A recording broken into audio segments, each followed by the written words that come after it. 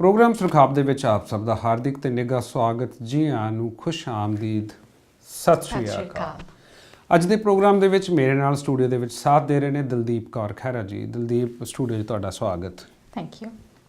ਅੱਜ ਦਾ ਵਿਸ਼ਾ ਇਸ ਪ੍ਰੋਗਰਾਮ ਦੇ ਵਿੱਚ ਅਸੀਂ ਲੈ ਕੇ ਆ ਰਹੇ ਹਾਂ ਅਜੋਕਾ ਜੀਵਨ ਅਤੇ ਖੇਡਾਂ। ਅਸੀਂ ਸਾਰੇ ਜਾਣਦੇ ਹਾਂ ਕਿ ਤੰਦਰੁਸਤ ਸਰੀਰ ਦੇ ਲਈ ਖੇਡ ਖੇਡਣੀ, ਕਸਰਤ ਕਰਨੀ ਬਹੁਤ ਹੀ ਜ਼ਰੂਰੀ ਹੈ। ਲੋਕ ਖੇਡਾਂ ਪੰਜਾਬੀ ਸੱਭਿਆਚਾਰ ਦੇ ਵਿੱਚ ਹੀ ਨਹੀਂ ਬਲਕਿ ਹਰ ਖਿੱਤੇ ਦੇ ਸੱਭਿਆਚਾਰ ਦੇ ਵਿੱਚ ਉੱਥੋਂ ਦੇ ਖਿੱਤੇ ਮੁਤਾਬਕ ਖੇਡਾਂ ਪ੍ਰਚਲਿਤ ਹੋਈਆਂ। ਕੀ ਕਾਰਨ ਸੀ? ਤੁਸੀਂ ਕਿਵੇਂ ਸੋਚਦੇ ਹੋ ਕਿ ਲੋਕ ਖੇਡਾਂ ਜਿਨ੍ਹਾਂ ਨੂੰ ਨਾਂ ਦਿੱਤਾ ਗਿਆ, ਕਿਉਂਕਿ ਉਹਨਾਂ ਜ਼ਮਾਨਿਆਂ ਦੇ ਵਿੱਚ ਖੇਡਾਂ ਦੇ ਕੋਈ ਸਾਧਨ ਨਹੀਂ ਸੀ। ਜੇ ਅਸੀਂ ਹਾਕੀ ਦੀ ਗੱਲ ਕਰ ਲਈਏ, ਕ੍ਰਿਕਟ ਦੀ ਗੱਲ ਕਰ ਲਈਏ, ਇਹ ਤਾਂ ਬਹੁਤ ਉਰੇ ਆ ਕੇ ਹੋਂਦ ਦੇ ਵਿੱਚ ਆਈਆਂ ਨੇ। ਉਸ ਤੋਂ ਪਹਿਲਾਂ ਤਾਂ ਸਾਡੀਆਂ ਆਪਣੀਆਂ ਬਣਾਈਆਂ ਖੇਡਾਂ ਹੁੰਦੀਆਂ ਸੀ ਜਿਨ੍ਹਾਂ ਨੂੰ ਅਸੀਂ ਖੇਡਦੇ ਸੀਗੇ। ਤੁਸੀਂ ਕਿਵੇਂ ਸੋਚਦੇ ਹੋ ਕਿ ਉਹ ਜਿਹੜੀਆਂ ਲੋਕ ਖੇਡਾਂ ਸਾਡੇ ਲੋਕ ਅਪਣਾਉਂਦੇ ਸੀਗੇ, ਕੀ ਉਹਨਾਂ ਦੇ ਕਾਰਨ ਹੁੰਦੇ ਸੀ? ਮੈਨੂੰ ਲੱਗਦਾ ਸਭ ਤੋਂ ਵੱਡਾ ਮਨੋਰੰਜਨ ਦਾ ਸਾਧਨ ਹੀ ਉਹ ਹੁੰਦੀਆਂ ਸੀਗੀਆਂ। ਮਨੋਰੰਜਨ ਵੀ, ਕਸਰਤ ਵੀ। ਉਦੋਂ ਦੇ ਸਮੇਂ ਵਿੱਚ ਜਿਵੇਂ ਤੁਸੀਂ ਕਿਹਾ ਕਿ ਇਹ ਤਾਂ ਸਾਰੀਆਂ ਆਧੁਨਿਕ ਖੇਡਾਂ ਨੇ, ਪਰ ਆਹ ਖੇਡਾਂ ਵੀ ਅਡੈਪਟਡ ਮੈਨੂੰ ਲੱਗਦਾ ਹੈ ਉਹ ਪੁਰਾਣੀਆਂ ਖੇਡਾਂ ਤੋਂ ਹੀ ਨੇ। ਜਿਵੇਂ ਹਾਕੀ ਦੀ ਵੀ ਇੱਕ ਵਰਜ਼ਨ ਪਿੰਡਾਂ ਵਿੱਚ ਹੁੰਦੀ ਸੀਗੀ, ਖੁੱਦੋ ਖੁੰਡੀ ਕਹਿੰਦੇ ਹੈਗੇ ਨੇ, ਤੇ ਫੁੱਟਬਾਲ ਵਰਗੀ ਵੀ ਸੌਕਰ ਵਰਗੀਆਂ ਵੀ ਖੇਡਾਂ ਉੱਥੇ ਆਪਣੀ ਉਹਦੇ ਵਿੱਚ ਹੁੰਦੀਆਂ ਸੀਗੀਆਂ। So it goes back to ancient times ਕਿ ਕਿਹੜੀਆਂ ਖੇਡਾਂ ਉਦੋਂ ਹੁੰਦੀਆਂ ਸੀ। ਤੇ ਰੀਜ਼ਨ ਉਹਦੇ ਇਹੀ ਹੁੰਦੇ ਸੀਗੇ ਕਿ ਮਨੋਰੰਜਨ ਹੈਗਾ, ਸਾਰੇ ਇਕੱਠੇ ਹੋ ਕੇ ਖੇਡਦੇ ਸੀਗੇ, ਉਹਦੇ ਨਾਲ ਸੋਸ਼ਲ ਐਕਟੀਵਿਟੀ ਵੱਧਦੀ ਸੀ, ਥੋੜੀ ਸੋਸ਼ਲ ਗੈਦਰਿੰਗ ਹੁੰਦੀ ਸੀ। ਔਰ ਮੋਰ ਓਵਰ ਇਹ ਵੀ ਹੈ ਕਿ ਹਰ ਤੰਦਰੁਸਤ ਸਰੀਰ ਕੋਈ ਨਾ ਕੋਈ ਕਸਰਤ ਦਾ ਸਾਧਨ ਭਾਲਦਾ ਹੈ। ਹਰ ਬੱਚਾ ਜਦੋਂ ਆਪਣੀ ਉਮਰ ਦੇ ਵਿੱਚ ਵੱਡਾ ਹੁੰਦਾ ਹੈ ਤਾਂ ਉਹਨੂੰ ਕੋਈ ਨਾ ਕੋਈ ਖੇਡ ਚਾਹੀਦੀ ਹੈ। ਉਹ ਭਾਵੇਂ ਦਿਮਾਗੀ ਕਸਰਤ ਹੋਵੇ, ਭਾਵੇਂ ਰੀਕ੍ਰੀਏਸ਼ਨ ਹੋਵੇ, ਮਨੋਰੰਜਨ ਦਾ ਜਿਹਨੂੰ ਆਪਾਂ ਸਾਧਨ ਕਹਿ ਦਿੰਦੇ ਹਾਂ। ਔਰ ਇਸੇ ਕਰਕੇ ਕੁਝ ਇਹੋ ਜਿਹੀਆਂ ਖੇਡਾਂ ਹੋਂਦ ਦੇ ਵਿੱਚ ਆਈਆਂ। ਹੁਣ ਅੱਜ ਦਾ ਯੁੱਗ ਇਹੋ ਜਿਹਾ ਹੋ ਗਿਆ ਕਿ ਗਲੀ ਦੇ ਵਿੱਚ ਭਾਵੇਂ ਸਬਜ਼ੀ ਵਾਲਾ ਆਵਾਜ਼ ਤਾਂ ਦਿੰਦਾ ਕਿ ਦੇਸੀ ਖੀਰੇ ਲੈ ਲਓ, ਦੇਸੀ ਟਿੰਡੇ ਲੈ ਲਓ, ਦੇਸੀ ਘੀਆ ਕੱਦੂ ਲੈ ਲਓ। ਅਸੀਂ ਉਹ ਦੇਸੀ ਖੀਰੇ, ਟਿੰਡੇ, ਕੱਦੂ ਲੈਂਦੇ ਵੀ ਹਾਂ, ਪਰ ਅਜੋਕੇ ਯੁੱਗ ਦੇ ਵਿੱਚ ਅਸੀਂ ਆਪਣੇ ਉੱਪਰ ਦੇਸੀ ਦਾ ਲੇਬਲ ਲਾਉਣਾ ਅਸੈਪਟ ਨਹੀਂ ਕਰਦੇ। ਇਹ ਪਤਾ ਨਹੀਂ ਕਿਉਂ ਧਾਰਨਾ, ਇਹ ਦੇਸੀ ਵਰਡ ਨੂੰ ਇੰਨਾ ਉਹ ਕਿਉਂ ਸਮਝਿਆ, ਬੈਕਵਰਡ ਕਿਉਂ ਸਮਝਿਆ ਜਾਂਦਾ ਹੈਗਾ। ਦੇਸੀ ਦਾ ਮਤਲਬ ਇਹ ਨਹੀਂਗਾ ਕਿ ਤੁਹਾਡੀ ਸੋਚ ਬੈਕਵਰਡ ਹੈਗੀ, ਤੁਹਾਡੀ ਸੋਚ ਫਿਰ ਵੀ ਅਗਾਂਹ ਵਧੂ ਹੋ ਸਕਦੀ ਹੈਗੀ ਹੈ। ਦੇਸੀ ਹੋਣਾ ਹੁੰਦਾ ਆਪਣੇ ਸੱਭਿਆਚਾਰ ਨਾਲ ਜੁੜੇ ਰਹਿਣਾ। ਸੋ ਅੱਜ ਇਹ ਗੱਲ ਅਸੀਂ ਤੁਹਾਡੇ ਨਾਲ ਕਰਦੇ ਹਾਂ ਕਿ ਉਹ ਜ਼ਮਾਨਿਆਂ ਦੇ ਵਿੱਚ ਖਾਸ ਕਰਕੇ ਬਜ਼ੁਰਗ ਲੋਕ, ਜੇ ਗੱਲ ਕਰੀਏ ਖੁੱਦੋ ਖੂੰਡੀ ਦੀ, ਜਿਸ ਤਰ੍ਹਾਂ ਗੱਲ ਕੀਤੀ ਹੈ, ਤਾਂ ਉਸ ਵੇਲੇ ਖੁੱਦੋ ਨੂੰ ਮੜਨਾ ਵੀ ਇੱਕ ਆਰਟ ਹੁੰਦਾ ਸੀ, ਕਲਾ ਹੁੰਦਾ ਸੀ। ਔਰ ਕਿੱਕਰ ਜਾਂ ਟਾਹਲੀ ਦੀਆਂ ਟਾਹਣੀਆਂ ਦੇ ਵਿੱਚੋਂ ਖੂੰਡੀਆਂ ਬਣਾਈਆਂ ਜਾਂਦੀਆਂ ਸਨ, ਜੋ ਅੱਜ ਦੇ ਰੂਪ ਦੇ ਵਿੱਚ ਇੱਕ ਅੱਛੀ ਹਾਕੀ ਧਾਰਨ ਕਰਕੇ ਅੱਜ ਉਸੇ ਹਾਕੀ ਦੀ ਕੀਮਤ 2-2 ਹਜ਼ਾਰ ਤੋਂ 5-5 ਹਜ਼ਾਰ ਤੱਕ ਹੈ ਔਰ ਬ੍ਰਾਂਡ ਨੇਮ ਬਣ ਗਿਆ ਹੈ। ਜਿਸ ਤਰ੍ਹਾਂ ਬੈਟ ਦੀ ਕੀਮਤ ਅੱਜ ਕ੍ਰਿਕਟ ਦੇ ਵਿੱਚ ਲੱਖਾਂ ਰੁਪਈਆ ਹੈ। ਸੋ ਹੈ ਤਾਂ ਉਹ ਇੱਕ ਲੱਕੜ ਦਾ ਟੁਕੜਾ, ਤੇ ਲੇਕਿਨ ਅੱਜ ਦੀ ਕਿਸੇ ਕੰਪਨੀ ਦੇ, ਵੱਡੇ ਕੰਪਨੀ ਦਾ ਉਹਦੇ ਤੇ ਬ੍ਰਾਂਡ ਲੱਗ ਜਾਂਦਾ ਤੇ ਜਾਂ ਬਸ ਉਹਦੀ ਸ਼ਾਈਨਿੰਗ ਇਸ ਤਰ੍ਹਾਂ ਦੀ ਹੁੰਦੀ ਹੈ। ਪਰ ਮਕਸਦ ਇਹ ਹੈਗਾ ਕਿ ਇਹ ਖੇਡਾਂ ਜ਼ਰੂਰੀ ਕਿਉਂ ਸਨ। ਸੋ ਮੈਂ ਗੱਲ ਕਰਦਾ ਦਲਦੀਪ, ਦੇਖੋ ਖੇਡ ਜਦੋਂ ਕਿਸੇ ਟੋਲੀ ਦੇ ਵਿੱਚ ਖੇਡੀ ਜਾਂਦੀ ਸੀ ਤਾਂ ਹਮੇਸ਼ਾ ਹੀ ਮੁਕਾਬਲੇ ਦੀ ਭਾਵਨਾ ਪੈਦਾ ਹੁੰਦੀ ਸੀਗੀ। ਔਰ ਜਦੋਂ ਮੁਕਾਬਲੇ ਦੀ ਭਾਵਨਾ ਪੈਦਾ ਹੁੰਦੀ ਹੈ ਤਾਂ ਨੈਚੁਰਲੀ ਜਦੋਂ ਕੋਈ ਨਿਸ਼ਾਨਾ ਮਿਥ ਲਿਆ ਜਾਂਦਾ ਤਾਂ ਉਸ ਨਿਸ਼ਾਨੇ ਦੇ ਉੱਤੇ ਰਹਿ ਕੇ ਜਿਹੜੀ ਜਿੱਤ ਦੀ ਖੁਸ਼ੀ ਦਾ ਅਹਿਸਾਸ ਲੈਣਾ ਹੈ, ਉਹ ਇੱਕ ਜ਼ਿੰਦਗੀ ਦੇ ਵਿੱਚ ਕੁਝ ਨਵੇਂ ਹੌਸਲੇ ਦਿੰਦੀ ਹੈ, ਕੁਝ ਵੱਡਾ ਕਰਨ ਦੇ। ਹਾਂ, ਤੁਹਾਡੇ 'ਚ ਕੰਪੈਟੀਟਿਵ ਸਪਿਰਿਟ ਆਉਂਦੀ ਹੈ। ਔਰ ਦੂਸਰੇ ਪਾਸੇ ਜਦੋਂ ਫਿਰ ਅਸੀਂ ਦੇਖਦੇ ਹਾਂ ਕਿ ਕਿਸੇ ਇੱਕ ਲੀਡਰਸ਼ਿਪ ਦੇ ਅਧੀਨ ਜਦੋਂ ਅਸੀਂ ਉਹ ਸਪਿਰਿਟ ਦੇ ਵਿੱਚ ਖੇਡਦੇ ਹਾਂ ਤਾਂ ਤੁਹਾਡੇ ਅੰਦਰ ਇੱਕ ਡਿਸਿਪਲਿਨ ਪੈਦਾ ਹੁੰਦਾ ਹੈ, ਉਹ ਭਾਵਨਾ ਪੈਦਾ ਹੁੰਦੀ ਹੈ ਔਰ ਲੀਡਰਸ਼ਿਪ ਦੇ ਤਹਿਤ ਕੰਮ ਕਰਨ ਦੀ ਇੱਕ ਦੂਜੇ ਦੇ ਵਿੱਚ ਸਮਰੱਥਾ ਪੈਦਾ ਹੁੰਦੀ ਹੈ। ਔਰ ਫਿਰ ਜਿੱਥੇ ਜਿੱਤਣ ਦੀ ਖੁਸ਼ੀ ਵੀ ਹੈ, ਉੱਥੇ ਦੂਸਰੇ ਪਾਸੇ ਹਾਰ ਨੂੰ ਬਰਦਾਸ਼ਤ ਕਰਨ ਦੀ ਸਮਰੱਥਾ ਵੀ ਪੈਦਾ ਹੁੰਦੀ ਹੈ। ਬਿਲਕੁਲ, ਸਪੋਰਟਸਮੈਨਸ਼ਿਪ ਆਉਂਦੀ ਹੈ ਤੁਹਾਡੇ 'ਚ। ਸਪੋਰਟਸਮੈਨ। ਸੋ ਇਹ ਜਿਹੜੇ ਗੁਣ ਨੇ, ਇਹ ਗੁਣ ਇੱਕ ਚੰਗੇ ਆਦਰਸ਼ਵਾਦੀ ਇਨਸਾਨ ਦੇ ਗੁਣ ਨੇ ਜਿਹੜੇ ਜੀਵਨ ਦੇ ਵਿੱਚ ਚਾਹੀਦੇ ਨੇ। ਐਬਸੋਲੂਟਲੀ, ਖੇਡਾਂ ਤੁਹਾਨੂੰ ਜ਼ਿੰਦਗੀ ਜਿਉਣ ਦਾ ਵੀ ਤਰੀਕਾ ਸਿਖਾ ਦਿੰਦੀਆਂ ਨੇ। ਸੋ ਇਸ ਕਰਕੇ ਉਸ ਭਾਵਨਾ ਨੂੰ ਅਗਰ ਦੇਖੀਏ ਤਾਂ ਉਸ ਵੇਲੇ ਤੋਂ ਸ਼ੁਰੂ ਹੋਈਆਂ ਖੇਡਾਂ ਇੱਕ ਬੱਚੇ ਦੇ ਅੰਦਰ ਕਿੰਨੀ ਜਾਗਰੂਕਤਾ ਲੈ ਕੇ ਆਉਂਦੀਆਂ ਨੇ। ਜੀਵਨ ਦੇ ਵਿੱਚ ਹਰ ਔਕੜ ਦੇ ਵਿੱਚੋਂ ਦੀ ਗੁਜ਼ਰਦੇ ਹੋਏ ਚੰਗੇ ਨਿਸ਼ਾਨੇ ਪਾਉਣ ਦੀ ਤੁਹਾਨੂੰ ਇੱਕ ਰਾਹ ਦਿੰਦੀਆਂ ਨੇ, ਸੇਧ ਦਿੰਦੀਆਂ ਨੇ। ਮਿਸਾਲ ਦੇ ਤੌਰ ਤੇ ਅੱਜ ਧਿਆਨ ਚੰਦ ਉਹਨਾਂ ਦੀ ਗੱਲ ਕਰਦੇ ਹਾਂ ਆਪਾਂ, ਹਾਕੀ ਦੇ ਜਾਦੂਗਰ ਕਿਹਾ ਜਾਂਦਾ ਸੀ। ਉਹ ਵੀ ਇੱਕ ਦੇਸੀ ਘਰਾਣੇ 'ਚੋਂ ਉੱਠੇ ਸੀ ਜਿੱਥੇ ਕੋਈ ਸਾਧਨ ਨਹੀਂ ਸੀ, ਤੇ ਅੱਜ ਉਹਨਾਂ ਦਾ ਨਾਂ ਕੁੱਲ ਦੁਨੀਆ ਦੇ ਵਿੱਚ ਕਿਹਾ ਜਾਂਦਾ ਹੈ। ਖੇਡਾਂ ਤੋਂ ਹਟ ਕੇ ਗੱਲ ਕਰ ਲਓ, ਡਾਕਟਰ ਹਰਗੋਬਿੰਦ ਖੁਰਾਨਾ ਹਿੰਦੁਸਤਾਨ ਦੇ ਵਿੱਚ ਪੰਜਾਬ ਦੇ ਵਿੱਚ ਜਨਮੇ, ਰਾਈਟ, ਤੇ ਅੱਜ ਕਿੱਥੇ ਨੇਗੇ? ਉਹ ਦੇਸ਼ ਉਹਨਾਂ ਨੂੰ ਸਾਂਭ ਨਹੀਂ ਸਕਿਆ ਤੇ ਅਮਰੀਕਾ ਵਾਲੇ ਉਸੇ ਦੇਸੀ ਸ਼ਖਸ ਨੂੰ ਆਪਣੇ ਦੇਸ਼ ਦਾ ਗੌਰਵ ਦੇਈ ਬੈਠੇ ਨੇ। ਸੋ ਦੇਸੀ ਹੋਣਾ ਕੋਈ ਮਾੜੀ ਗੱਲ ਨਹੀਂ, ਲੇਕਿਨ ਸੱਭਿਆਚਾਰ ਦੇ ਵਿੱਚ ਰਹਿ ਕੇ ਚੰਗੇ ਗੁਣ ਅਪਣਾ ਲੈਣਾ ਕਿਸੇ ਮੁਕਾਮ ਤੇ ਪਹੁੰਚਣ ਲਈ ਤੁਹਾਡੇ ਲਈ ਸਹੀ ਤੇ ਸਾਧਕ ਸਿੱਧ ਹੁੰਦੇ ਨੇ। ਔਰ ਖੇਡਾਂ ਮੇਰਾ ਖਿਆਲ ਜੇ ਬੱਚਾ ਤੰਦਰੁਸਤ ਹੋਊਗਾ ਤਾਂ ਉਹਦਾ ਖੇਡਣ ਦਾ ਦਿਲ ਕਰੂਗਾ। ਮਾਨਸਿਕ ਤੌਰ ਤੇ ਬਿਮਾਰ ਜਾਂ ਸਰੀਰਕ ਤੌਰ ਤੇ ਕਮਜ਼ੋਰ ਨੇ ਕੀ ਖੇਡਣਾ? ਬਿਲਕੁਲ ਖੇਡਾਂ ਨਾਲੇ ਇਹਨਾਂ ਜਿਹੜੀਆਂ ਪੁਰਾਣੀਆਂ ਖੇਡਾਂ ਬਾਰੇ ਆਪਾਂ ਗੱਲਾਂ ਕਰ ਰਹੇ ਹਾਂ, ਬਹੁਤ ਮਜ਼ਾ ਆਉਂਦਾ ਸੀ ਇਹਨਾਂ 'ਚ। ਜਿਹੜੀ ਪਿੱਠੂ ਗਰਮ ਜਾਂ ਅੰਨਾ ਝੋਟਾ, ਹੁਣ ਇਹ ਜੇ ਨਾ ਹੀ ਨਹੀਂ ਕਿਤੇ ਯੂਜ਼ ਹੁੰਦੇ ਹੈਗੇ। ਤੇ ਇਹ ਨਾਟ ਜਸਟ ਕਿ ਤੁਹਾਨੂੰ ਫਿਜ਼ੀਕਲੀ ਤੇ ਮੈਂਟਲੀ ਡਿਵੈਲਪ ਕਰਦੀਆਂ ਸੀ, it was so much fun. ਤੇ ਉਹ ਸਾਰਾ ਕੁਝ ਹੁਣ ਲੈਪਟਾਪਸ ਤੇ ਆਈਪੈਡਸ ਤੇ ਹੋਰ PS3 ਐਂਡ ਉਹਨਾਂ ਸਾਰੀਆਂ ਚੀਜ਼ਾਂ ਨੇ ਰਿਪਲੇਸ ਕਰਤਾ ਹੋਇਆ ਹੈਗਾ ਬੱਚਿਆਂ ਦੀ ਲਾਈਫ।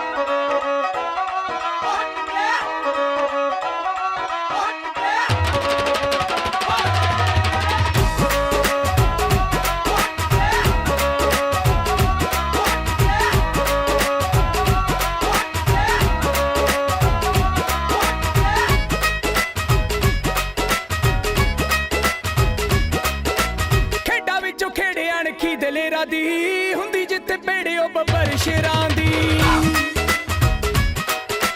ਖੇਡਾਂ ਵਿੱਚੋਂ ਖੇੜੇ ਅਣਖੀ ਦਲੇਰਾਂ ਦੀ ਹੁੰਦੀ ਜਿੱਥੇ ਭੇੜਿਓ ਬੱਬਰ ਸ਼ੇਰਾਂ ਦੀ। ਲਿਸ਼ਕ ਦੇ ਪਿੰਡੇ ਉਹ ਨਾਗਾ ਵਾਂਗੂ ਪੁੰਝਣੀਆਂ ਲਾਉਂਦੇ ਅੱਡੀਆਂ, ਆਓ ਢੋਲਿਆਂ 'ਚ ਜ਼ੋਰ ਸਾਡੇ ਪੱਟਾਂ ਵਿੱਚ ਜਾਨ ਮੁੰਡੇ ਖੇਡਦੇ ਕਬੱਡੀਆਂ। ਆਓ ਢੋਲਿਆਂ 'ਚ ਜ਼ੋਰ ਸਾਡੇ ਪੱਟਾਂ ਵਿੱਚ ਜਾਨ ਮੁੰਡੇ ਖੇਡਦੇ ਕਬੱਡੀਆਂ।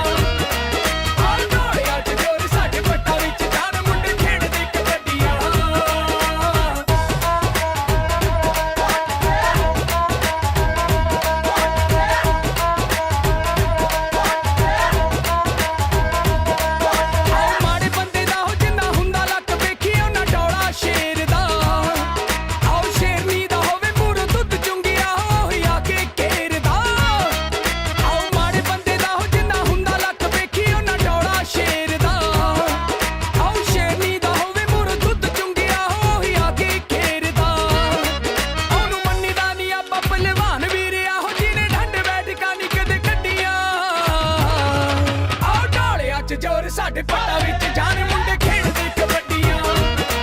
ਆਓ ਢੋਲਿਆਂ 'ਚ ਜ਼ੋਰ ਸਾਡੇ ਪੱਟਾਂ ਵਿੱਚ ਜਾਨ ਮੁੰਡੇ ਖੇਡਦੇ ਕਬੱਡੀਆਂ। ਆਓ ਢੋਲਿਆਂ 'ਚ ਜ਼ੋਰ ਸਾਡੇ ਪੱਟਾਂ ਵਿੱਚ ਜਾਨ ਮੁੰਡੇ ਖੇਡਦੇ ਕਬੱਡੀਆਂ।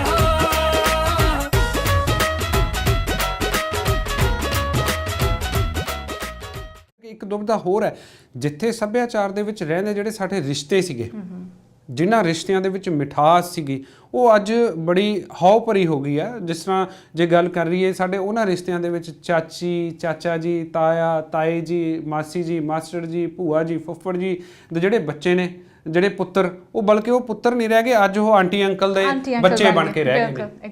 ਸੋ ਇਹ ਜਿਹੜੀ ਧਾਰਨਾ ਨਾ, ਇਹ ਸਾਨੂੰ ਬੜੇ ਨਕਾਰਾਤਮਕ ਵਾਲੇ ਪਾਸੇ ਲੈ ਕੇ ਜਾ ਰਹੀ ਹੈ, ਇੰਸਟੈਡ ਆਫ ਕਿ ਅਸੀਂ ਉਹਨਾਂ ਰਿਸ਼ਤਿਆਂ ਦੀ ਪਾਲਣਾ ਕਰਦੇ ਹੋਏ। ਇਸੇ ਕਰਕੇ ਅੱਜ ਇਤਫਾਕ ਘੱਟ ਮਿਲਦਾ, ਲੋਕਾਂ ਦੇ ਵਿੱਚ ਪਿਆਰ ਦੀ ਕਮੀ ਮਿਲਦੀ ਹੈ, ਬਲਕਿ ਉਲਟਾ ਨਫ਼ਰਤ ਹੀ ਦੇਖਣ ਨੂੰ ਮਿਲਦੀ ਹੈ। ਇੱਕ ਦੂਜੇ ਦੇ ਚਿਹਰੇ ਨੂੰ ਦੂਰੋਂ ਦੇਖ ਕੇ ਅਸੀਂ ਆਪਣੇ ਮਨ ਅੰਦਰ ਉਹਨਾਂ ਦਾ ਨਤੀਜਾ ਨਫ਼ਰਤ ਰੂਪ ਦੇ ਵਿੱਚ ਭਰ ਲੈਂਦੇ ਹੈਗੇ। ਸੋ ਇਹ ਜਿਹੜੀ ਚੀਜ਼ ਹੈ, ਇਹ ਨਹੀਂ। ਖੇਡਾਂ ਸਾਡੇ ਅੰਦਰ ਇੱਕ ਸਪਿਰਿਟ ਦਿੰਦੀਆਂ ਸਨ, ਸਪੋਰਟਸਮੈਨਸ਼ਿਪ। ਅਗਰ ਤੁਸੀਂ ਉਸ ਜ਼ਮਾਨੇ ਦੇ ਮਿਲਖਾ ਸਿੰਘ ਨਾ, ਉਹਨਾਂ ਦਾ ਅੱਜ ਕੁੱਲ ਦੁਨੀਆ ਦੇ ਵਿੱਚ ਹੋ ਰਿਹਾ ਹੈ। ਮਿਲਖਾ ਸਿੰਘ ਜਦੋਂ ਕਿਸੇ ਨੂੰ ਮਿਲਦੇ ਨੇ ਤਾਂ ਕਿਆ ਇੱਕ ਪਰਸਨੈਲਿਟੀ ਸਾਡੇ ਰੂਬਰੂ ਆਉਂਦੀ ਹੈ। ਗੁਰਦਾਸ ਮਾਨ ਅੱਜ ਨੌਜਵਾਨਾਂ ਦੇ ਕਲਾਕਾਰ ਨੇ, ਪਰ ਉਹ ਬੇਸਿਕਲੀ ਹੀ ਵਾਜ਼ ਅ ਸਪੋਰਟਸ ਪਰਸਨ। ਜੁੱਡੋ ਦੇ ਬਹੁਤ ਅੱਛੇ ਖਿਡਾਰੀ ਸਨ ਜਦੋਂ ਉਹਨਾਂ ਨੇ ਸਿੰਗਿੰਗ ਸਟਾਰਟ ਕੀਤੀ ਹੈ NIS ਦੇ ਵਿੱਚ ਪਟਿਆਲਾ। ਜੁੱਡੋ ਦੇ ਬੜੇ ਅੱਛੇ ਖਿਡਾਰੀ ਸਨ। ਚਲੋ ਸਿੰਗਿੰਗ ਉਹਨਾਂ ਦੇ ਵਿੱਚ ਇੱਕ ਕਲਾ ਸੀ, ਜਿਸ ਕਲਾ ਨੂੰ ਉਹਨਾਂ ਨੇ ਆਪਣੇ ਅੰਦਰੋਂ ਪਹਿਚਾਨਿਆ, ਐਕਸਪਲੋਰ ਕੀਤਾ ਤੇ ਅੱਜ ਉਹ ਗਾਇਕੀ ਦੇ ਸਿਰਮੌਰ ਗਾਇਕ ਨੇ। ਪਰ ਇੱਕ ਦੂਸਰੇ ਪਾਸੇ ਇਹ ਵੀ ਗੱਲ ਹੈ ਕਿ ਉਸ ਗਾਇਕ ਦੀ ਜਦੋਂ ਵੀ ਕਿਤੇ ਚਰਚਾ ਹੁੰਦੀ ਹੈ ਤਾਂ ਇਹ ਕਿਹਾ ਜਾਂਦਾ ਕਿ ਜੇ ਹਲੀਮੀ ਵਾਲਾ ਇਨਸਾਨ ਖਾਸ ਕਰਕੇ ਗਾਇਕੀ ਖੇਤਰ ਦੇ ਵਿੱਚ, ਤਾਂ ਉਹ ਗੁਰਦਾਸ ਮਾਨ ਹੁੰਦਾ ਨਾ, ਪਹਿਲੇ ਨੰਬਰ ਤੇ ਆਉਂਦਾ। ਸੋ ਅਸੀਂ ਇਸ ਵਿਸ਼ੇ ਦੇ ਥਰੂ ਇਹ ਵੀ ਗੱਲ ਕਰਾਂਗੇ ਕਿ ਮਾਪਿਆਂ ਦੀ ਇੱਕ ਜ਼ਿੰਮੇਵਾਰੀ ਬਣ ਜਾਂਦੀ ਹੈ ਬੱਚਿਆਂ ਨੂੰ ਆਪਣੀਆਂ ਪੁਰਾਤਨ ਖੇਡਾਂ, ਲੋਕ ਖੇਡਾਂ ਦੀਆਂ ਕਹਾਣੀਆਂ ਜ਼ਰੂਰ ਸੁਣਾਓ, ਉਹਨਾਂ ਨੂੰ ਖੇਡਾਂ ਬਾਰੇ ਦੱਸੋ, ਤਾਂ ਜੋ ਬੱਚੇ ਉਹਨਾਂ ਨੂੰ ਵੇਖਣ ਜਾਂ ਉਹਨਾਂ ਦੀਆਂ ਕਹਾਣੀਆਂ ਸੁਣ ਕੇ ਅੱਜ ਦੀਆਂ ਖੇਡਾਂ ਖੇਡਣ ਲਈ ਉਤਸ਼ਾਹਿਤ ਹੋਣ। ਹਾਂ, ਆਪਾਂ ਇਹ ਨਹੀਂ ਕਹਿ ਰਹੇ ਕਿ ਯੂ ਗੋ ਬੈਕ ਟੂ ਕਿ ਉਹੀ ਖੇਡਾਂ ਜਾਂ ਤੁਸੀਂ ਉਹਨਾਂ ਸੋਟੀਆਂ ਦੇ ਨਾਲ ਹੀ ਖੇਡਾਂ ਖੇਡਣੀਆਂ। ਤੁਸੀਂ ਖੇਡੋ ਜੋ ਕੁਝ ਤੁਹਾਨੂੰ ਅੱਜ ਕੱਲ੍ਹ ਮਿਲ ਰਿਹਾ। ਖੇਡਾਂ ਇਟਸੈਲਫ ਲਾਈਫ ਵਿੱਚ ਬਹੁਤ ਇੰਪੋਰਟੈਂਟ ਹੈਗੀਆਂ ਨੇ। ਦੇ play very important part in your life, ਤੇ ਉਹ ਬੱਚਿਆਂ ਦੀ ਐਜ਼ ਵੀ ਸੈਡ ਓਵਰਆਲ ਡਿਵੈਲਪਮੈਂਟ ਲਈ ਬਹੁਤ ਜ਼ਰੂਰੀ ਹੈਗੀਆਂ ਨੇ। ਔਰ ਖਾਸ ਕਰਕੇ ਇਹ ਵੀ ਗੱਲ ਜੁੜਦੀ ਹੈ ਕਿ ਜੇ ਅੱਜ ਦੇ ਜਵਾਕ ਦਾ ਬਸਤਾ ਦੇਖ ਲਈਏ ਤਾਂ ਜੇ ਬੱਚਾ ਤੰਦਰੁਸਤ ਨਹੀਂ ਹੋਊਗਾ ਤਾਂ ਉਹਦੇ ਲਈ ਬਸਤਾ ਚੱਕਣਾ ਬਹੁਤ ਮੁਸ਼ਕਲ ਹੈ, ਮੋਢੇ ਦੁਖਣ ਲੱਗ ਜਾਂਦੇ ਨੇ। ਜੇ ਉਹ ਬੱਚਾ ਐਟਲੀਸਟ ਕਿਸੇ ਨਾ ਕਿਸੇ ਪਾਸੇ ਕੋਈ ਖੇਡ ਵਾਲੇ ਪਾਸੇ ਉਤਸ਼ਾਹਿਤ ਹੋਊਗਾ, ਖੇਡ ਖੇਡਦਾ ਹੋਊਗਾ, ਉਹ ਬਸਤੇ ਦਾ ਭਾਰ ਉਸ ਨੂੰ ਭਾਰ ਨਹੀਂ ਲੱਗੂ, ਬਲਕਿ ਉਸ ਬਸਤੇ ਦਾ ਭਾਰ ਉਸ ਨੂੰ ਜ਼ਿੰਦਗੀ ਦੇ ਕਿਸੇ ਨਿਸ਼ਾਨੇ ਦੀ ਯਾਦ ਦਿਵਾਉਂਦਾ ਹੋਊਗਾ ਕਿ ਮੇਰੇ ਮੋਢਿਆਂ ਤੇ ਮੇਰਾ ਕੋਈ ਜ਼ਿੰਦਗੀ ਦਾ ਨਿਸ਼ਾਨਾ ਟੰਗਿਆ ਹੋਇਆ ਜਿਹੜਾ ਮੈਂ ਅਚੀਵ ਕਰਨਾ। ਨਹੀਂ ਤਾਂ ਫਿਰ ਇਹੋ ਜਿਹੀਆਂ ਗੱਲਾਂ ਬੋਲੀਆਂ ਦੇ ਰੂਪ ਵਿੱਚ ਆ ਬੈਠਦੀਆਂ ਨੇ ਤੇ ਜਿਹੜੀਆਂ ਕਿ ਕੁਝ ਇਸ ਤਰ੍ਹਾਂ ਲਿਖੀਆਂ ਹੋਈਆਂ ਨੇ। ਹੋ ਆਰੀ ਆਰੀ ਆਰੀ ਮੁੰਡਾ ਤਾਂ ਮਲੂਕ ਜਿਹਾ, ਬਸਤਾ ਉਸ ਦਾ ਭਾਰੀ, ਸਕੂਲ ਤੱਕ ਜਾਂਦੇ ਦੀ ਉਹਦੀ ਜੀਭ ਨਿਕਲ ਗਈ ਸਾਰੀ। ਸਕੂਲ ਜਾਂਦਾ ਲੇਟ ਹੋ ਗਿਆ, ਫਿਰ ਆਈ ਡੰਡਿਆਂ ਦੀ ਵਾਰੀ, ਡੰਡੇ ਖਾ ਕੇ ਗੱਚ ਭਰ ਲਿਆ ਉਹਨੇ, ਡਰਦੇ ਚੀਕ ਨਾ ਮਾਰੀ। ਘਰ ਤੱਕ ਮੁੜਦੇ ਨੇ ਮੁੜ ਕਰ ਲਈ ਟਿਊਸ਼ਨ ਦੀ ਤਿਆਰੀ, ਭੁੱਖਣ ਭਾਣੇ ਦੀ ਬੀਤ ਗਈ ਦਿਹਾੜੀ ਸਾਰੀ। ਇਲਮ ਗਵਾਚ ਗਿਆ ਖੱਜਲ ਖੁਆਰੀ ਪਾਰੀ, ਇਲਮ ਗਵਾਚ ਗਿਆ ਖੱਜਲ ਖੁਆਰੀ ਪਾਰੀ, ਇਲਮ ਗਵਾਚ ਗਿਆ। ਵੈਰੀ ਗੁੱਡ, ਬਹੁਤ ਹੀ ਵਧੀਆ ਬੋਲੀ ਸੀ ਜੀ। ਸੋ ਇਹੋ ਜਿਹੀਆਂ ਗੱਲਾਂ ਫਿਰ ਜਦੋਂ ਅਸੀਂ ਇਹੋ ਜਿਹੇ ਜੀਵਨ ਚੋਂ ਵਿਚਰਦੇ ਹਾਂ ਨਾ, ਫਿਰ ਜਿਹੜੇ ਲੇਖਕ ਨੇ, ਜਿਹੜੇ ਗਾਇਕ ਨੇ, ਉਹਨਾਂ ਲਈ ਕਿਸੇ ਨੂੰ ਸਿੱਖਿਆ ਦੇਣ ਦਾ ਢੰਗ ਬਣ ਜਾਂਦਾ ਇਹੋ ਜਿਹੇ ਗੀਤ ਤੇ ਬੋਲੀਆਂ। ਬਿਲਕੁਲ, ਜੋ ਤੁਸੀਂ ਬੋਲੀ ਵਿੱਚ ਕਿਹਾ ਹੈਗਾ ਬਹੁਤ ਹੀ ਸੱਚੀ ਗੱਲ ਹੈ ਕਿ ਜੇ ਤੁਸੀਂ ਬੱਚਿਆਂ ਨੂੰ ਸਿਰਫ ਪੜ੍ਹਾਈ ਵਾਲੀ ਪਾਈ ਰੱਖੋਗੇ ਤੇ ਉਹਨਾਂ ਦੀ ਓਵਰਆਲ ਡਿਵੈਲਪਮੈਂਟ ਨਹੀਂ ਹੋਊਗੀ। ਠੀਕ ਹੈ, ਜਿਵੇਂ ਇੱਕ ਕਹਾਵਤ ਹੈ ਕਿ all work no play makes you a dull person. ਠੀਕ ਹੈ, ਤੇ ਇੱਥੇ ਹੁਣ ਭਾਵੇਂ ਲਾਈਫ ਇੰਡੀਆ 'ਚ ਹੈ, ਭਾਵੇਂ ਕੈਨੇਡਾ 'ਚ ਹੈ, ਭਾਵੇਂ ਕਿਸੇ ਹੋਰ ਕੰਟਰੀ 'ਚ ਹੈ, ਲਾਈਫ ਆਪਣੀ ਬਹੁਤ ਬਿਜ਼ੀ ਹੋ ਚੁੱਕੀ ਹੈ। ਤੇ ਜਦੋਂ ਬੱਚਾ ਸਕੂਲੋਂ ਆਉਂਦਾ ਹੈਗਾ, ਆਪਾਂ ਦੇਖਦੇ ਹਾਂ ਪੇਰੈਂਟਸ ਕੋਲ ਟਾਈਮ ਹੀ ਨਹੀਂ ਹੈਗਾ ਬੱਚਿਆਂ ਕੋਲ ਬੈਠ ਕੇ ਉਹਨਾਂ ਨੂੰ ਪੁੱਛਣ ਦਾ, ਉਹਨਾਂ ਨਾਲ ਗੱਲਬਾਤ ਕਰਨ ਦਾ ਕਿ ਸਕੂਲ ਵਿੱਚ ਕੀ ਹੋਇਆ ਤੁਹਾਡੇ ਨਾਲ। ਤੇ ਜਦੋਂ ਆਪਾਂ ਇਹ ਨਹੀਂ ਕਰਦੇ, ਬੱਚਿਆਂ ਨਾਲ ਉਹ ਕਨੈਕਸ਼ਨ, ਉਹ ਬੌਂਡਿੰਗ ਨਹੀਂ ਹੁੰਦੀ ਹੈਗੀ। ਇੱਕ ਤਾਂ ਬੱਚੇ ਵੈਸੇ ਹੀ ਆਪਣੀ ਲਾਈਫ ਵਿੱਚ ਆਪ ਹੀ ਗਵਾਚੇ ਰਹਿੰਦੇ ਹੈਗੇ ਨੇ। ਠੀਕ ਹੈ, ਜਦੋਂ ਤੱਕ ਮਾਂ ਪਿਓ ਉਹਨਾਂ ਨੂੰ ਸਹੀ ਰਸਤਾ ਨਹੀਂ ਦਿਖਾਉਂਦੇ। ਇੱਥੇ ਇੱਕ ਹੋਰ ਬਹੁਤ ਵੱਡਾ ਇੰਪੋਰਟੈਂਟ ਰੋਲ ਹੈਗਾ ਮਾਂ ਦਾ। ਤੇ ਮਾਂ ਹੋਣ ਦੇ ਨਾਤੇ ਮੈਂ ਇਹ ਕਹੂੰਗੀ ਕਿ ਜੋ ਚੀਜ਼ਾਂ ਇੱਕ ਮਾਂ ਆਪਣੇ ਬੱਚੇ ਨੂੰ ਦੇ ਸਕਦੀ ਹੈਗੀ, ਜੋ ਐਜੂਕੇਸ਼ਨ, ਜੋ ਮੋਟੀਵੇਸ਼ਨ ਜੋ ਮਾਂ ਦਿੰਦੀ ਹੈਗੀ ਹੈ, ਉਹ ਸਾਰੀ ਉਮਰ ਬੱਚੇ ਦੇ ਨਾਲ ਚੱਲਦੀ ਹੈਗੀ ਹੈ। ਤੇ ਇਸ ਕਰਕੇ ਬਹੁਤ ਇੰਪੋਰਟੈਂਟ ਹੈਗਾ ਕਿ ਅਸੀਂ ਆਪਣੇ ਬੱਚਿਆਂ ਨੂੰ ਟਾਈਮ ਦਈਏ ਜਿੰਨਾ ਹੋ ਸਕਦਾ ਹੈਗਾ। ਆਪਾਂ ਨੂੰ ਪਤਾ ਲੱਗੇ ਉਹਨਾਂ ਦੇ ਫਰੈਂਡਸ ਕੌਣ ਨੇ, ਉਹਨਾਂ ਦੀ ਲਾਈਫ ਕਿੱਦਾਂ ਹੈਗੀ। And again we motivate them not just for education but for sports too, especially Canada ਦੇ ਵਿੱਚ ਕਿੰਨੀਆਂ ਸਪੋਰਟਸ ਸਕਾਲਰਸ਼ਿਪਸ ਮਿਲਦੀਆਂ ਹੈਗੀਆਂ ਨੇ।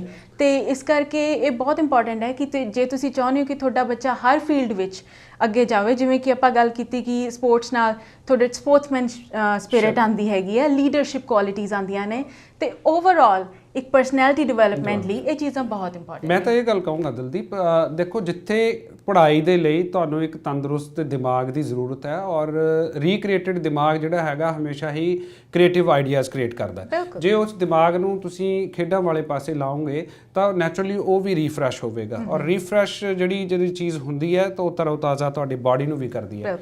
ਔਰ ਇੱਕ ਗੱਲ ਇਹ ਵੀ ਹੈ, ਕੋਈ ਵੀ ਐਕਸਟਰਾ ਜਿਹੜਾ ਹੁਨਰ ਹੈ, ਕੋਈ ਸਕਿੱਲ ਹੈਗਾ, ਉਹ ਸਟੱਡੀ ਤੋਂ ਨਾਲ ਜੇ ਤੁਸੀਂ ਉਹ ਸਕਿੱਲ ਲਈ ਹੋਵੇ, ਅਚੀਵ ਕੀਤੀ ਹੋਵੇ, ਤਾਂ ਤੁਹਾਡੀ ਐਜੂਕੇਸ਼ਨਲ ਜਿਹੜੀ ਟਾਰਗੇਟ ਹੈ ਉਸ ਤੋਂ ਪਹਿਲਾਂ ਪੇ ਕਰ ਜਾਂਦੀ ਹੈ। ਹੁਣ ਤੁਸੀਂ ਦੇਖੋ ਜਿੰਨੇ ਸਿੰਗਰਸ ਨੇ ਜਾਂ ਜਿੰਨੇ ਮਿਊਜ਼ੀਸ਼ੀਅਨਸ ਨੇ ਜਾਂ ਜਿਨ੍ਹਾਂ ਨੂੰ ਆਪਾਂ ਸਾਜ਼ਿੰਦੇ ਕਹਿ ਦਿੰਦੇ ਆਂਗੇ, ਉਹਨਾਂ ਨੇ ਭਾਵੇਂ ਉਹਨਾਂ ਦੀ ਕੁਆਲੀਫਿਕੇਸ਼ਨ ਫੜ ਕੇ ਦੇਖ ਲਓ, ਕਈ ਤਾਂ ਮਿਊਜ਼ੀਸ਼ੀਅਨਸ PhD MPhil ਕਰੀ ਬੈਠੇ ਹੁੰਦੇ ਨੇ, ਪਰ ਉਹਨਾਂ ਦੀ ਐਜੂਕੇਸ਼ਨ ਨੇ ਪੇ ਨਹੀਂ ਕੀਤਾ ਹੁੰਦਾ ਕਿਉਂਕਿ ਸਿਸਟਮ ਜਿਹੋ ਜਿਹਾ ਚੱਲ ਰਿਹਾ ਹੈ। ਲੇਕਿਨ ਪ੍ਰਾਈਵੇਟ ਤੌਰ ਦੇ ਉੱਤੇ they are earning better than that job. ਜਿਹੜੀ ਜੌਬ ਉਹ ਐਕਸਪੈਕਟ ਕਰਦੇ ਨੇ ਉਹਦੇ ਨਾਲੋਂ ਜ਼ਿਆਦਾ ਉਹ ਆਪਣੇ ਉਸ ਸਾਜ਼ ਕਿਸੇ ਆਰਟਿਸਟ ਦੇ ਨਾਲ ਪਲੇ ਕਰਨ ਦੇ ਵਿੱਚ ਜਾਂ ਕਿਸੇ ਪ੍ਰਾਈਵੇਟ ਇੰਸਟੀਟਿਊਸ਼ਨਸ ਦੇ ਵਿੱਚ ਜਿੱਥੇ ਉਹ ਕੰਮ ਕਰਦੇ ਨੇਗੇ, ਉਹ ਜ਼ਿਆਦਾ ਬੈਟਰ ਪੇ ਕਰਦਾ ਹੈ। ਜੋ ਤੁਹਾਡੇ ਟੈਲੈਂਟ ਹੈਗਾ ਉਹ ਮਤਲਬ ਪੇਰੈਂਟਸ ਜੇ ਦੇਖਣ, ਉਸ ਟੈਲੈਂਟ ਨੂੰ ਉਹ ਹੋਰ ਉਹਦੇ 'ਚ ਹੈਲਪ ਕਰਨ ਬੱਚੇ ਦੀ। ਇਟ ਕੈਨ ਬੀ ਐਨੀਥਿੰਗ, ਸਿਰਫ ਪੜ੍ਹਾਈ MBA ਕਰਕੇ ਹੀ ਜਾਂ ਡਾਕਟਰ ਬਣ ਕੇ ਹੀ ਤਾਂ ਲਾਈਫ ਵਿੱਚ ਅੱਗੇ ਨਹੀਂ ਜਾਇਆ ਜਾ ਸਕਦਾ। ਤੁਸੀਂ ਜੋ ਬੱਚੇ 'ਚ ਟੈਲੈਂਟ ਹੈਗਾ ਉਹਨੂੰ ਬੱਚੇ ਲਈ ਸਪੋਰਟ ਕਰਨਾ ਚਾਹੀਦਾ। ਜਿੱਥੇ ਅਸੀਂ ਆਪਣੇ ਘਰ ਦਾ ਚੌਗਿਰਦਾ ਬੜਾ ਸੁੰਦਰ ਬਣਾ ਸਕਦੇ ਹਾਂ, ਘਰ ਦਾ ਅੰਦਰਲਾ ਜਿਹੜਾ ਹੈਗਾ ਹਿੱਸਾ ਬੜੀ ਅੱਛੀ ਤਰ੍ਹਾਂ ਸਵਾਰ ਸਕਦੇ ਹਾਂ, ਸਾਡੇ ਬੱਚਿਆਂ ਦੀ ਇਹ ਨੰਨੀ ਮੁੰਨੀ ਫੁਲਵਾੜੀ ਜਿਹੜੀ ਹੈ ਉਹਨੂੰ ਤੰਦਰੁਸਤੀ ਦੇ ਸਕਦੇ ਹਾਂ, ਉੱਥੇ ਅਸੀਂ ਸਮਾਜ ਵੀ ਬੜਾ ਸੁੰਦਰ ਸਿਰਜ ਸਕਦੇ ਹਾਂ।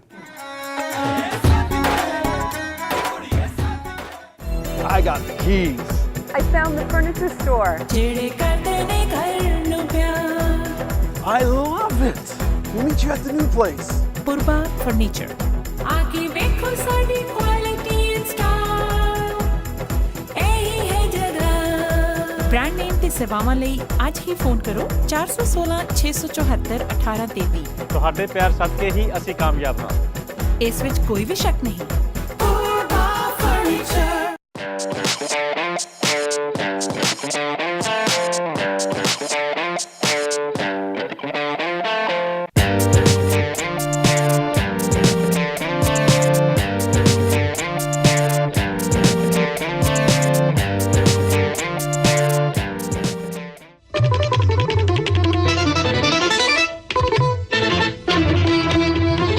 PVTV ਟੀਮ ਇਸ ਵੇਲੇ ਸਿੱਖ sovereignty and Sikh genocide conference ਜੋ ਕਿ ਮੂਨਲਾਈਟ ਕਨਵੈਨਸ਼ਨ ਸੈਂਟਰ ਵਿੱਚ ਹੋ ਰਹੀ ਹੈ ਉੱਥੇ ਪਹੁੰਚੀ ਹੈ। ਇਹ ਅੱਜ ਸਾਡੇ ਨਾਲ ਨੇ ਸਿੱਖਸ ਫॉर ਜਸਟਿਸ ਦੇ ਐਡਵੋਕੇਟ ਗੁਰਪਤਵੰਤ ਸਿੰਘ ਪੰਨੂ ਜੀ। ਉਹਨਾਂ ਨਾਲ ਗੱਲਬਾਤ ਕਰਦੇ ਹਾਂ। ਪੰਨੂ ਸਾਹਿਬ, PVTV ਤੇ ਹਾਰਦਿਕ ਸਵਾਗਤ। ਹਾਂਜੀ, ਪੰਜਾਬੀ ਵਿਰਾਸਤ ਟੀਵੀ ਵੇਖਣ ਵਾਲੇ ਸਾਰੇ ਭੈਣਾਂ ਤੇ ਭਰਾਵਾਂ ਨੂੰ ਵਾਹਿਗੁਰੂ ਜੀ ਕਾ ਖਾਲਸਾ, ਵਾਹਿਗੁਰੂ ਜੀ ਕੀ ਫਤਿਹ। ਪੰਨੂ ਸਾਹਿਬ, ਕਾਨਫਰੰਸ ਹਰ ਸਾਲ ਦੀ ਤਰ੍ਹਾਂ ਇਸ ਸਾਲ ਪੂਰੀਆਂ ਬੁਲੰਦੀਆਂ ਛੂਹ ਰਹੀ ਹੈ, ਜਿਸ ਤਰ੍ਹਾਂ ਸੰਗਤ ਪਹੁੰਚ ਰਹੀ ਹੈ ਜੀ। ਮੁੱਦੇ ਕਾਫੀ ਨੇ ਸਿੱਖ ਕੌਮ ਦੇ ਲਈ। ਨਵੇਂ ਚਿੰਤਾ ਦਾ ਵਿਸ਼ਾ ਸੀ ਜਦੋਂ ਭਾਈ ਗੁਰਬਖਸ਼ ਸਿੰਘ ਹੁਣਾਂ ਨੇ ਇੱਕ ਵਿਸ਼ਾ ਤੋਰਿਆ ਸੀ ਕਿ ਜੇਲ੍ਹਾਂ ਦੇ ਵਿੱਚ ਬੰਦ ਸਿੰਘ ਸਾਹਿਬਾਨ ਜੋ ਆਪਣੀਆਂ ਸਜ਼ਾਵਾਂ ਪੂਰੀਆਂ ਕਰ ਚੁੱਕੇ ਨੇ, ਉਦੋਂ ਵੱਧ ਸਾਲ ਰਹਿ ਚੁੱਕੇ ਨੇ, ਉਹਨਾਂ ਨੂੰ ਰਿਹਾ ਕੀਤਾ ਜਾਵੇ।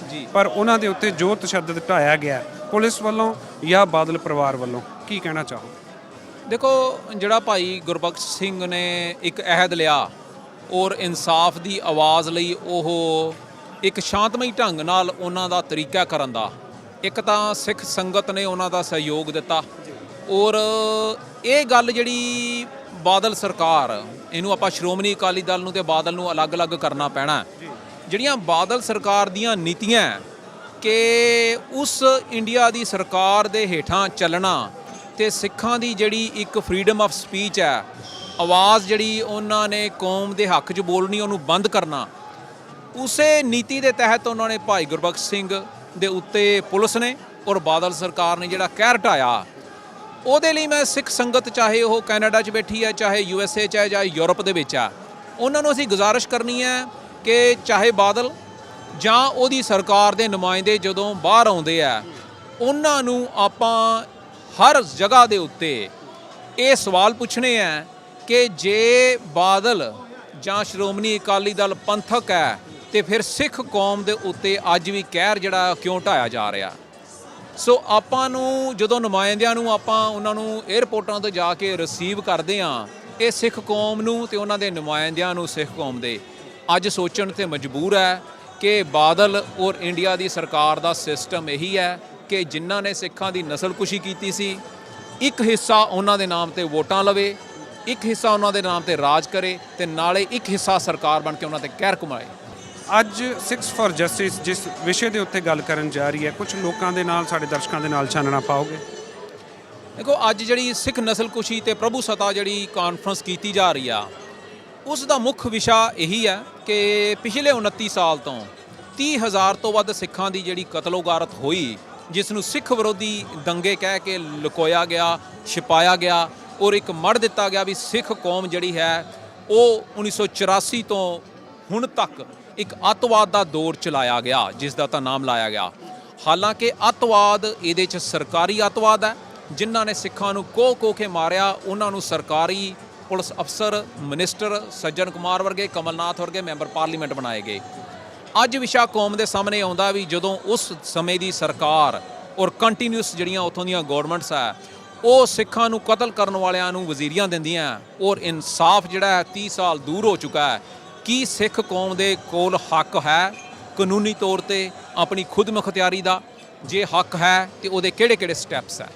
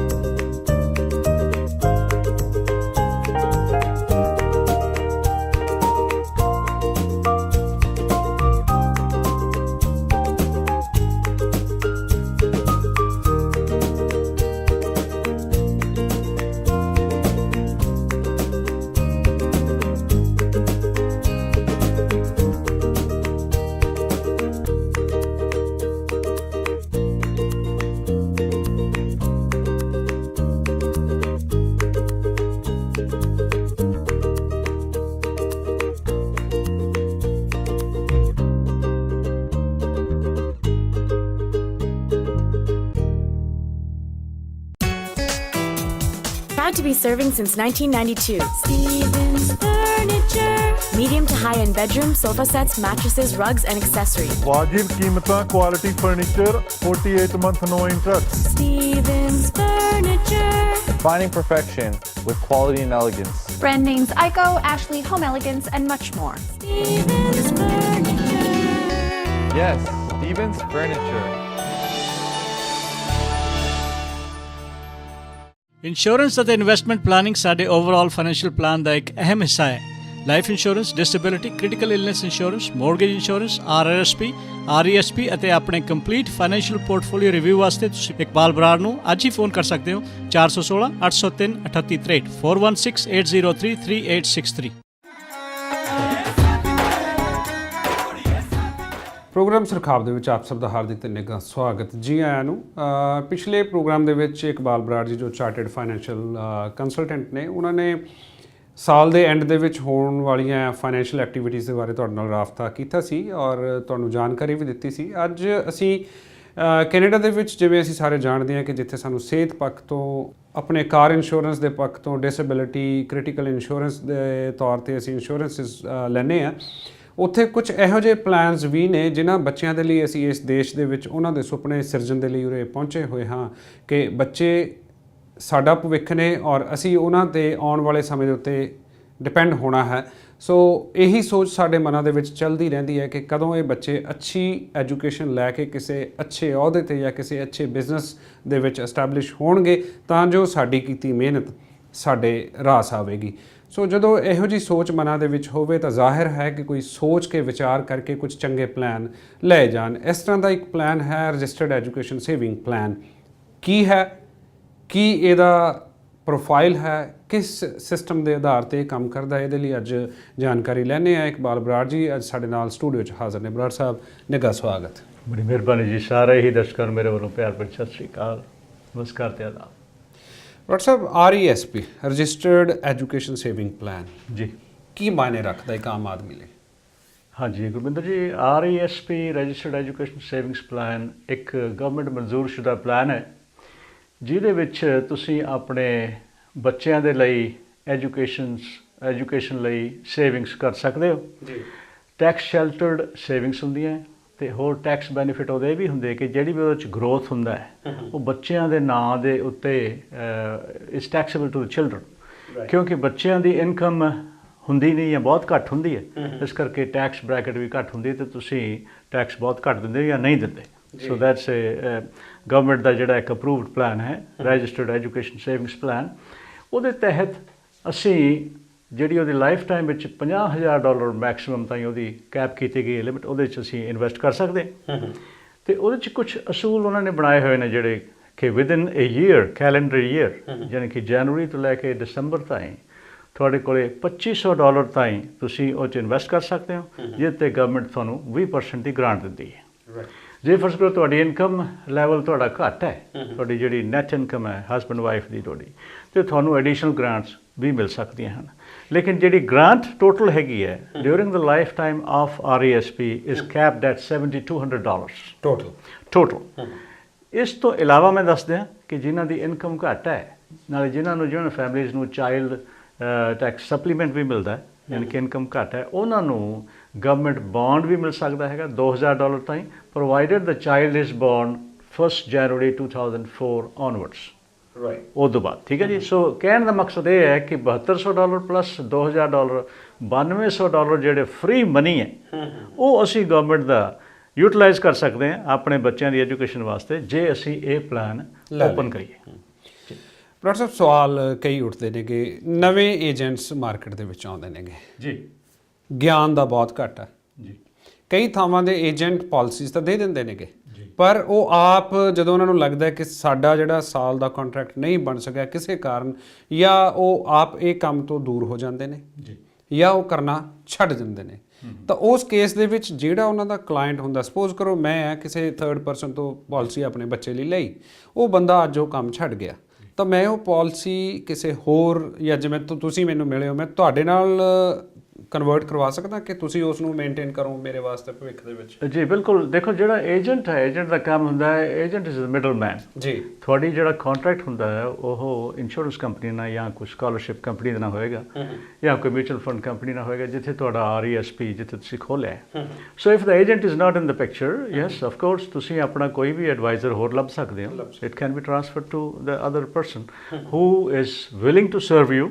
ਦੇਖੋ ਗੱਲ ਇਹ ਹੁੰਦੀ ਹੈ ਇੱਕ ਤਾਂ ਅਸੀਂ ਪਲਾਨ ਲੈ ਲੈਂਦੇ ਹਾਂ ਬਹੁਤ ਮਿਲ ਜਾਣਗੇ ਤੁਹਾਨੂੰ ਪਲਾਨ ਤੁਸੀਂ ਜਦੋਂ ਮਰਜ਼ੀ ਲੈ ਲਓ ਲੇਕਿਨ ਇਹ ਦੇਖਣਾ ਸਾਡੇ ਵਾਸਤੇ ਜ਼ਰੂਰੀ ਹੈ ਕਿ ਸਾਨੂੰ ਇਹਦੀ ਸਰਵਿਸ ਕਿਹੜਾ ਦੇਗਾ। Service is more important then just initially getting the plan. ਜੀ ਜੀ। ਸੋ ਉਹ ਜਿਹੜੀ ਸਰਵਿਸ ਦੀ ਗੱਲ ਹੈ ਉੱਥੇ ਮੇਰਾ ਖਿਆਲ ਹਰ ਇੱਕ ਏਜੰਟ ਦਾ ਫਰਜ਼ ਬਣਦਾ ਹੈ ਚਾਹੀਦਾ ਹੈ ਉਹਨੂੰ ਕਿ ਜੇ ਉਹ ਪਲਾਨ ਕਿਸੇ ਨੂੰ ਦਿੱਤਾ ਹੈ ਉਹਦੇ ਵਾਸਤੇ ਉਹਦੀ ਸਾਰੀ ਜਾਣਕਾਰੀ ਦੇਵੇ ਪਲੱਸ ਉਹਦੀ ਸਰਵਿਸ ਵੀ ਪ੍ਰਦਾਨ ਕਰੇ ਤਾਂ ਹੀ ਉਹਦਾ ਫਾਇਦਾ। After sales and service is the main part of a person ਕਿ ਉਹ ਤੁਹਾਨੂੰ ਜਿਹੜੀ ਸਰਵਿਸ ਦੇ ਰਿਹਾ ਉਹ ਕਮਿਟਮੈਂਟ ਤੇ ਸਟੈਂਡ ਕਰਦਾ ਹੈ। ਜੀ ਬਿਲਕੁਲ। ਕਿਹੜਾ ਹੱਥ ਲਾ ਕੇ ਮੈਨੂੰ ਮੁੜ ਜਾਊ ਇਲਾਜ ਪੂਰਾ ਕਰੇ ਬੈਮ ਦਾ ਆ ਭੱਜਣ ਨਹੀਂ ਦੇਣਾ ਤੈਨੂੰ ਅੱਜ ਰੇਡ ਰਾਹੋ ਛਾਲਾ ਮਾਰ ਲਾ ਤੂੰ ਛੋਟੀਆਂ ਜਾਂ ਵੱਡੀਆਂ ਆ ਢਾਲਿਆ ਚ ਜੋਰ ਸਾਡੇ ਪੱਟਾਂ ਵਿੱਚ ਜਾਨ ਮੁੰਡੇ ਖੇਡਦੇ ਕਬੱਡੀਆਂ ਆ ਢਾਲਿਆ ਚ ਜੋਰ ਸਾਡੇ ਪੱਟਾਂ ਵਿੱਚ ਜਾਨ ਮੁੰਡੇ ਖੇਡਦੇ ਕਬੱਡੀਆਂ ਆ ਢਾਲਿਆ ਚ ਜੋਰ ਸਾਡੇ ਪੱਟਾਂ ਵਿੱਚ ਜਾਨ ਮੁੰਡੇ ਖੇਡਦੇ ਕਬੱਡੀਆਂ।